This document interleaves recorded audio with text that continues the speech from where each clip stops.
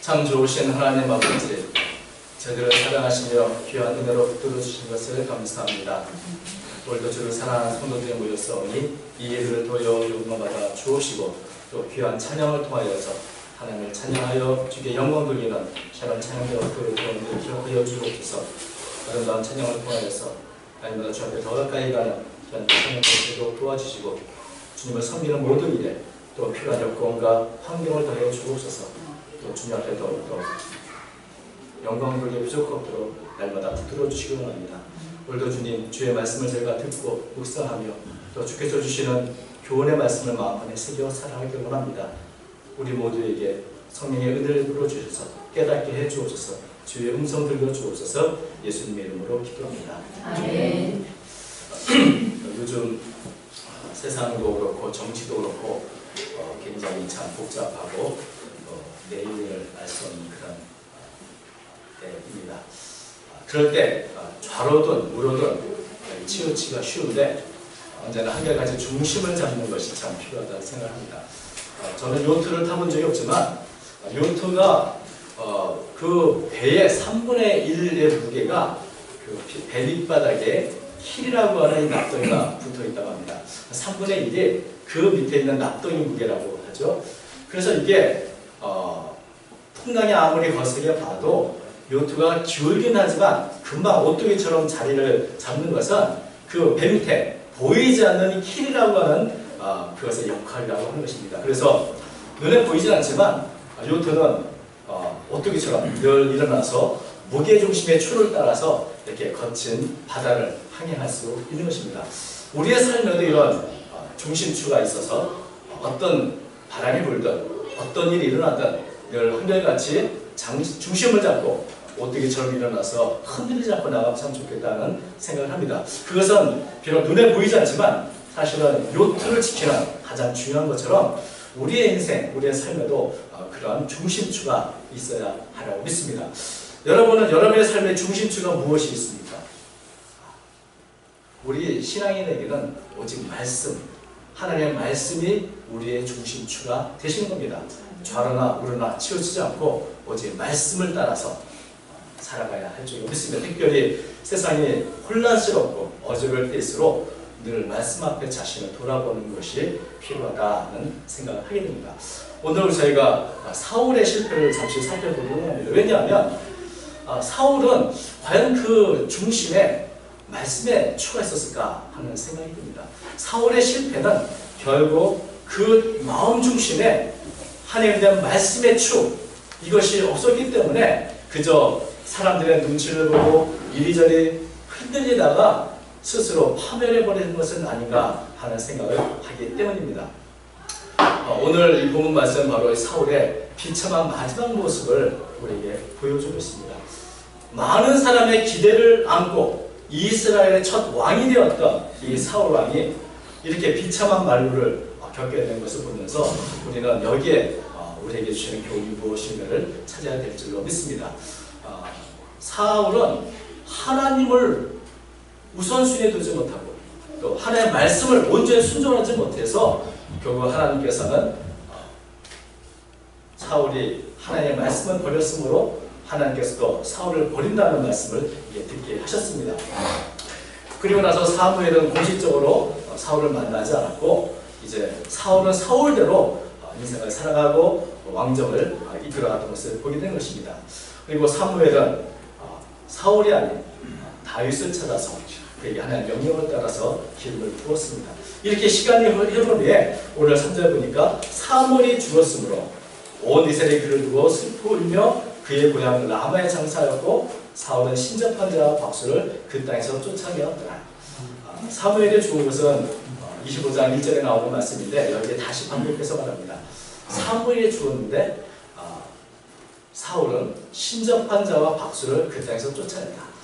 신접한 자는 영매를 말하는 무당을 말하는 것이고 박수는 이 정치하는 사람들을 말하는데 이것이 사무엘이 죽기 전에 한 것인지 아니면 죽은 후에 한 것인지가 분명하지 않습니다. 만약에 이 무당이나 또 신접한 자 이것은 성경에서 분명하게 쫓아내고 죽일 것을 아주 명백하게 말씀하는 그런 일입니다. 그래서 이 일을 한 것은 참 대단히 잘한 것이라고 할 수 있을 것입니다.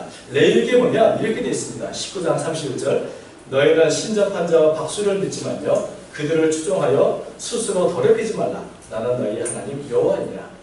또 신명기 18장 11절 진언자나 신접자나 박수나 초혼자를 너희 가운데 용납하지 말라.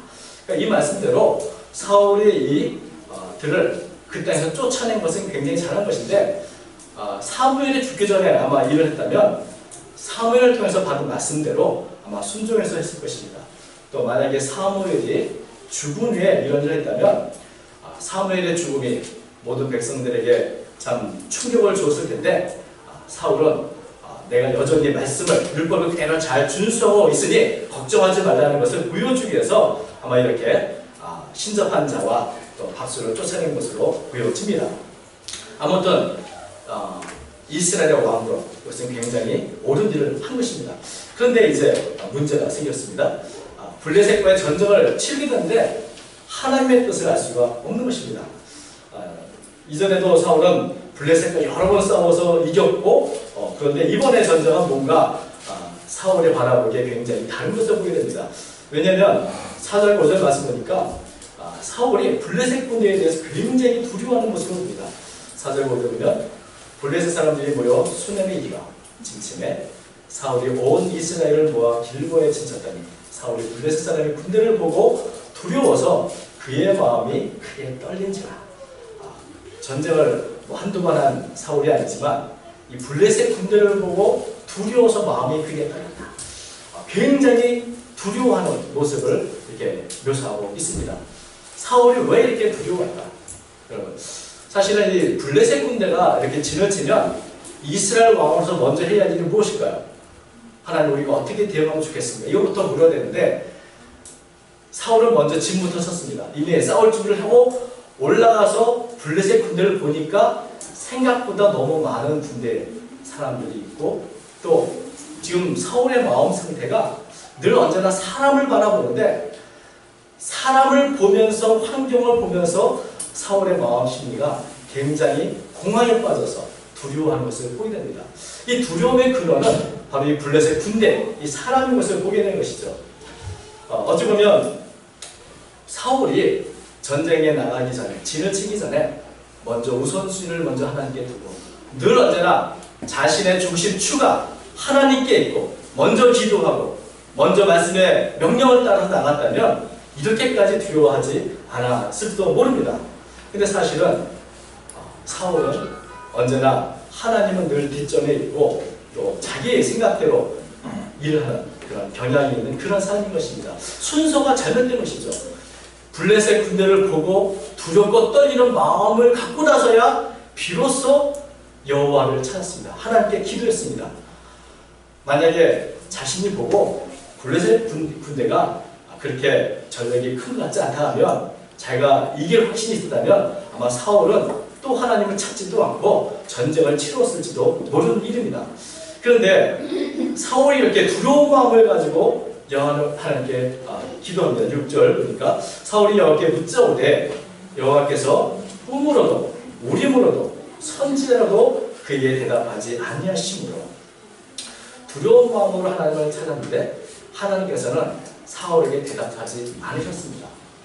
물론 우리가 이것은 사울의 우선순위가 잘못되었다 볼 수도 있고 또 사울은 하나님을 그저 자기가 급하면 언제나 찾을 수 있는 분으로 생각할지 모르지만 하나님은 결코 그런 분이 아닌 것입니다.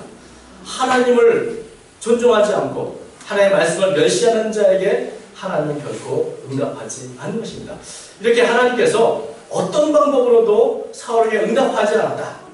사울이 지금 알고 싶은 것은 무엇일까요? 어떻게 하면 저 큰 군대 블레셋을 싸워서 이길까? 이것을 알고 싶은데 이런 응답이 없는 겁니다. 꿈으로나 우림이나 둠빔, 제사장을 통해서나 선지자를 통해서나 그 무엇으로도 하나님은 대답하지 않으셨고 침묵하셨습니다. 여러분, 하나님께서 우리가 기도할 때 응답이 없다, 침묵하고 계시다. 그럼 어떻게 하면 좋을까요? 무엇이 잘못됐는가 살펴야 합니다. 우리 마음속에 혹시 하나님의 마음을 슬프게 하거나 언짢게 하거나 그런 잘못된 죄와 또 잘못된 숨겨놓은 것들이 있는 것을 돌아보고 원인을 찾아야 합니다. 지금 사울이 해야 할 일은 하나님께서 지금 왜 대답하지 않으신가 그 원인을 찾아야 했습니다. 하나님께서는 언제나 진실한 마음으로 자신을 찾는 자에게 응답하시기 때문입니다. 응답이 없다는 것은 이미 사울과 하나님의 관계가 깨어져 있다는 것을 보여줍니다. 하나님은 사울의 거듭되는 불순종과 그리고 우선순위에서 항상 사람을 생각하는 그 교만과 이 모든 것들로 인해서 사울을 이스라엘 왕으로 삼은 것을 후회하셨고 버리셨습니다.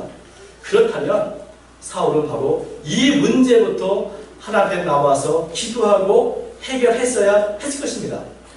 하나님과의 관계가 화목하지 않은 상태에서 기도 응답은 없습니다. 하나님의 관계가 깨어졌다면 그것을 회복해야 하는데 여러분 하나님의 관계가 깨어졌을 때 회복하는 방법이 무엇입니까? 회개죠. 내가 하나님께 무엇을 잘못했는가? 사무엘을 통해서 주신 말씀들에 대해서든 또 자신의 삶을 돌아보면서 가슴을 치며 통곡을 해야 했을 것입니다. 벽을 마주보고 하나님 앞에서 눈물로 자신의 죄를 고백하고 회개했어야 했을 것입니다. 여기에 필요한 것이 바로 회개인 것인데 만약에 정말 사울이 자신을 겸손하게 낮추고 회개하고 열심히 하나님을 진정으로 찾았다면 과연 하나님께서는 사울에게 응답하셨을까요? 아니면 그렇지 않으셨을까요? 우리는 성경에서 언제나 하나님은 사람 마음을 갖고 겸손한 마음으로 찾을 때 응답하시는 분임을 알고 있습니다. 그 누구라도 우리의 마음을 찢고 하나님의 진정으로 회개하는 자에게 하나님은 응답하시는 분입니다. 그런데 사울은 그렇게 하지 않았습니다. 이렇게 자신의 마음을 찢고 하나님의 자신을 돌아가기보다는 다른 방법을 찾았습니다. 바로 자기가 추방했던 신접한 여인을 찾은 것입니다. 7절과 8절 잠깐 7절 말씀 잠깐 이렇게 되어 있죠. 사울이 그의 신하들에게 이르되 나를 위하여 신접한 여인을 찾으라. 내가 그리로 가서 그에게 물으리라 하니 그의 백성들이 그에게 이르되 보소서 엔돌에 신접한 여인이 있나이다. 사울이 택한 방법이 대단히 비정상적이었습니다. 지금 이 현재의 상황을 타결하기 위해서는 그래서 하나님의 뜻을 알아야 되는데 하나님의 응답이 없으면 어떻게 하든지 하나님의 뜻과 응답을 받도록 해야 하는 것이 이스라엘 왕이 택할 방법이거든요. 사울은 급한 마음으로 신접한 여인을 찾는 겁니다. 근데 이런 사울의 상태는 사실 이전부터 계속되었던 모습입니다. 사무엘상 13장에 보면 사울은 상황이 급하다고 자기 마음대로 제사를 먼저 드리는 것도 있고요. 15장 보면 하나님의 명령보다는 자신과 백성의 뜻을 우선으로 하는 늘 언제나 내 생각이 앞섰던 사람이 사울인 것입니다.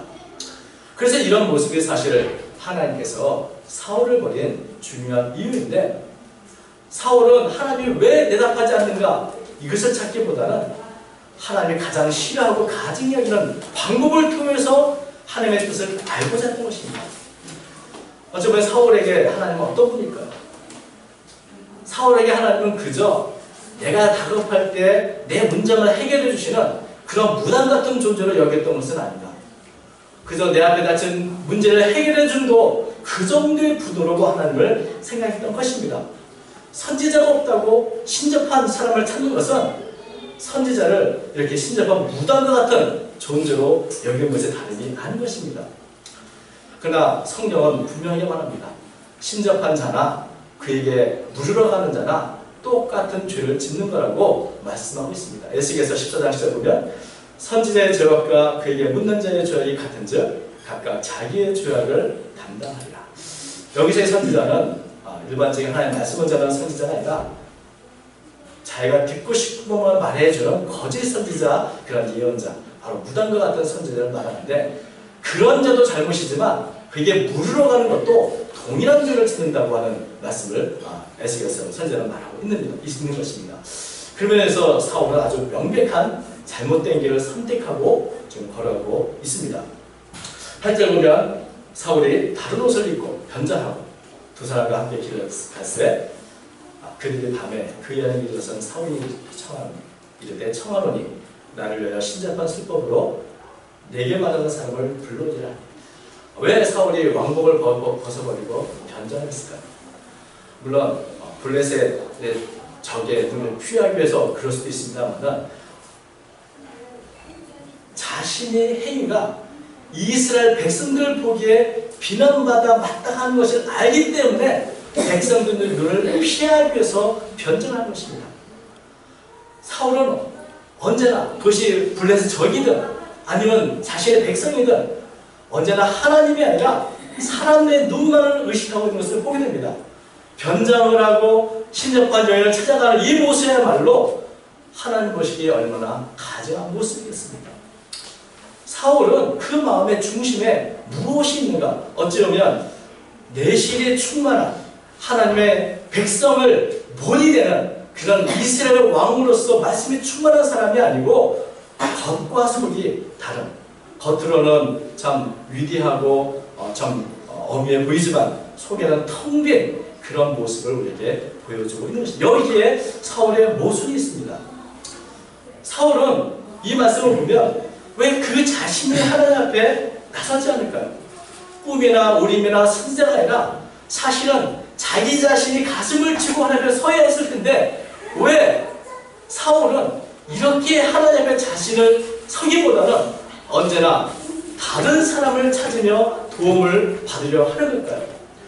우리에게 문제가 있다면 여러분 누구를 찾아가야 합니까?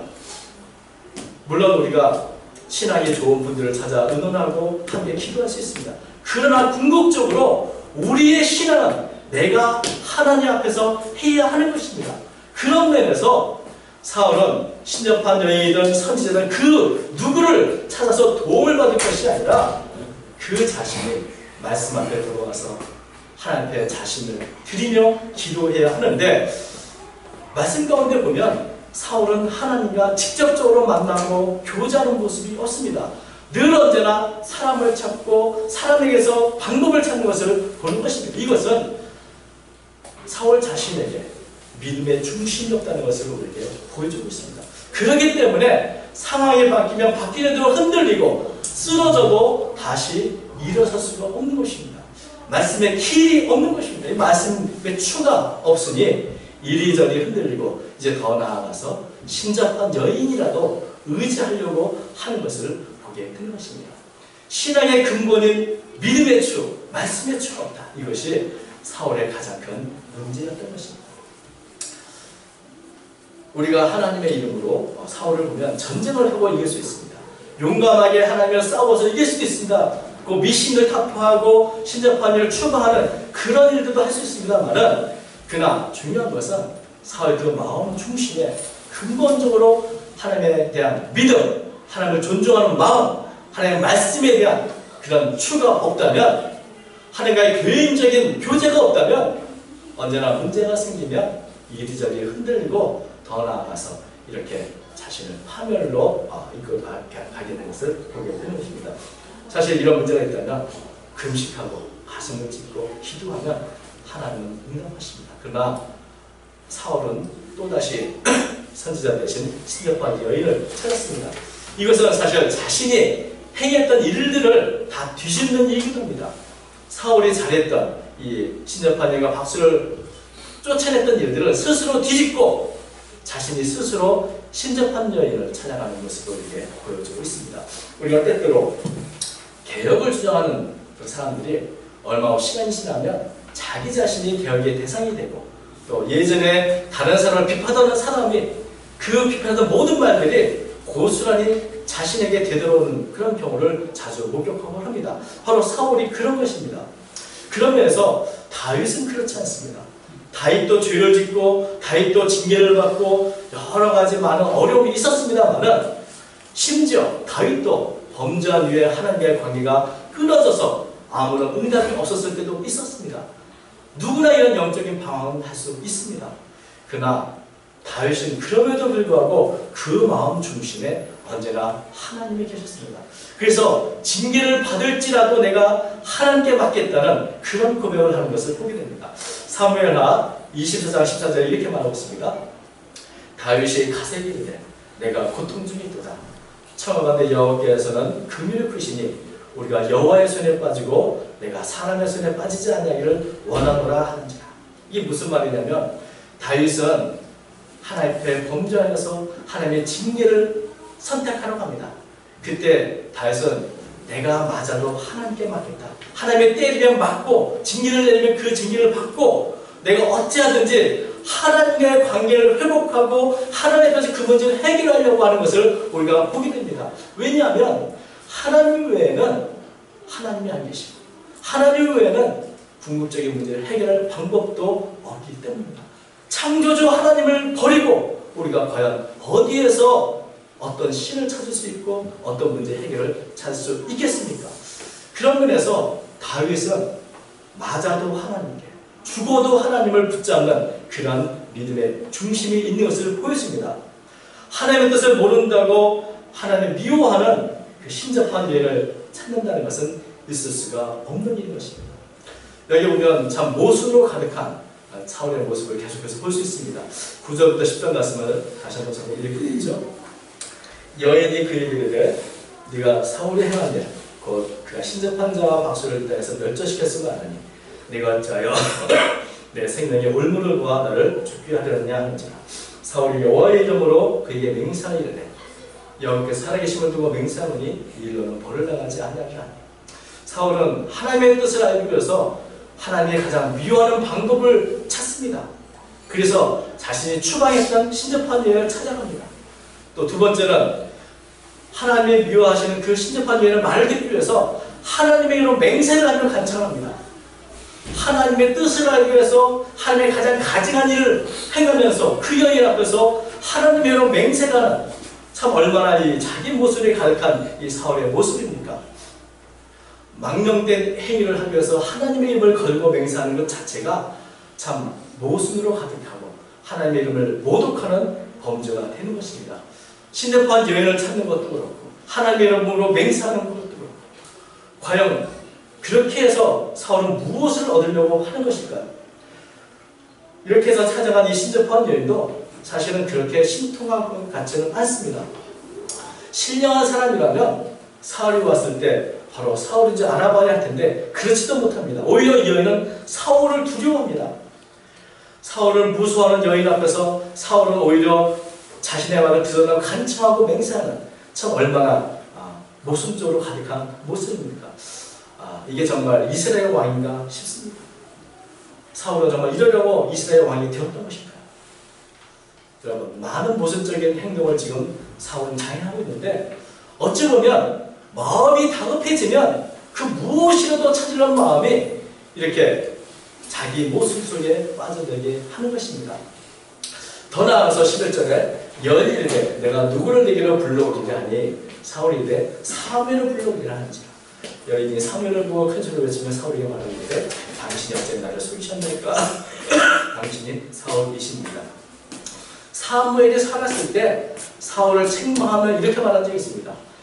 여호와의 말씀을 거역하는 것은 점치는 죄와 같다. 사무엘상 15장 23절. 사무엘은 하나님의 말씀을 거역하는 것은 가장 추악한 죄인 점치는 죄, 신접한 여인과 같이 있는 이런 죄와 같다는 이런 책망을 했는데 그 사무엘을 사울은 신접한 여인을 통해서 불러달라고 말합니다. 이렇게 참 절망적인 상황에 있는 사울은 정말 논리를 뛰어넘는 정말 이렇게 정말 생각지 못한 모순적인 일들을 행하는 것을 보게 되는 것입니다. 사실 이렇게 하나님의 말씀의 중심이요 이렇게 흔들리는 사람은 정말 무슨 일을 할지 알지 못하는 그런 일을 하게 되는 것을 보게 됩니다. 이렇게 어떤 지혜나 논리가 없이 그저 신비시험 뭔가 능력을 통해서 문제를 해결하는 사람은 결국 사탄이 이용감이 되고 사탄이 이것을 이용해서 사람을 현혹하게 되므로 미신이 생기는 것입니다. 많은 사람의 미신에 빠지는 이유가 바로 여기에 있는 것입니다. 과연 무당이 하나님의 선지자의 사무엘을 불러올 수 있겠는가? 사울이 정말 그렇게 믿고 왔다면 그는 정말 하나님에 대한 신앙이 근본적으로부터 문제가 있는 것을 보게 됩니다. 사무엘에 살았을 때 그렇게 불순종하던 사울이 이제는 죽은 후에 사무엘을 찾습니다. 만일 사무엘이 정말 지금 살아있다면 이렇게 신접한 여인을 찾아가는 사울을 어떻게 보았을까요? 다바 크게 책망하고 야단을 쳤을 것입니다. 이것은 이스라엘 왕으로서 도저히 해야지 해서는 안 될 일이기 때문에 그럴 것입니다. 그럼에도 불구하고 사울은 죽은 사무엘을 신접한 여인을 통해서 죽여드리는 그런 것을 보게 됩니다. 과연 이 여인이 그런 능력이 있겠습니까? 사울이 알고 싶었던 것은 어떻게 하든지 블레셋과의 전쟁에서 이길 방법을 얻고자 해서 이런 말도 안 되는 일을 했을 것입니다. 그러나 결론적으로 말해서 과연 이렇게 사울의 신접한 여인을 통해서 무엇을 얻었을까요? 사실은 아무것도 얻은 것이 없습니다. 사무엘의 영이라고 나온 존재도 그것이 진짜 사무엘인지 아닌지 확인조차 되지 못하고 있습니다.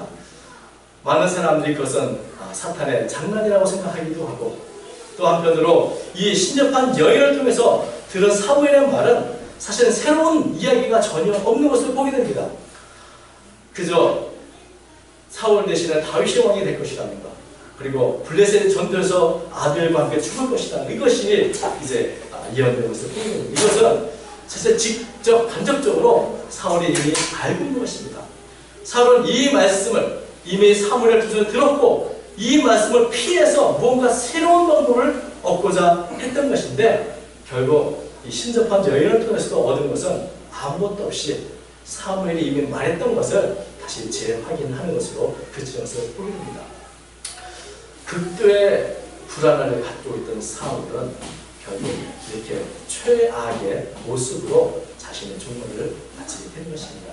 신접한 여인을 찾으면서 혹시나 하나님께서 이미 말씀하신 그것이 바뀔까 하고 기대를 했습니다만은, 그러나 어떤 방법으로도 하나님의 계획은 바꿀 수가 없습니다. 그렇기 때문에 이렇게 신접한 여인을 찾는 것이 아니라 그 시간 하나님을 회개하고 또 하나님의 자신을 낮추고 기도했다면 오히려 하나님의 긍휼을 입었을 것이라고 생각이 되는 것입니다. 어떤 환경에서도 우리 자신을 흔들리지 않게 할 믿음의 축, 말씀의 축가 중요합니다. 언제나 어떤 환경에서도 우리가 오직 하나님, 그것만이 나의 삶의 중심이시고 오직 하나님의 말씀만이 살아가겠도 하는 그 중심주가 바르게 되지 않으면 우리도 마음이 급하다고, 상황이 급하다고 우리 어떤 이 사울과 같은 이런 참 생각지 못한 이런 모습에 빠질 수도 있다는 사실을 우리는 기억해야 할 것입니다. 결국 사울은 신접한 여인을 찾아 아무것도 얻은 것이 없고 오히려 하나님 앞에 죄를 더하고 수치를 더한 것을 보게 된 것입니다. 이 말씀을 통해서 우리는 다시 한번 나의 삶의 중심이 무엇인가?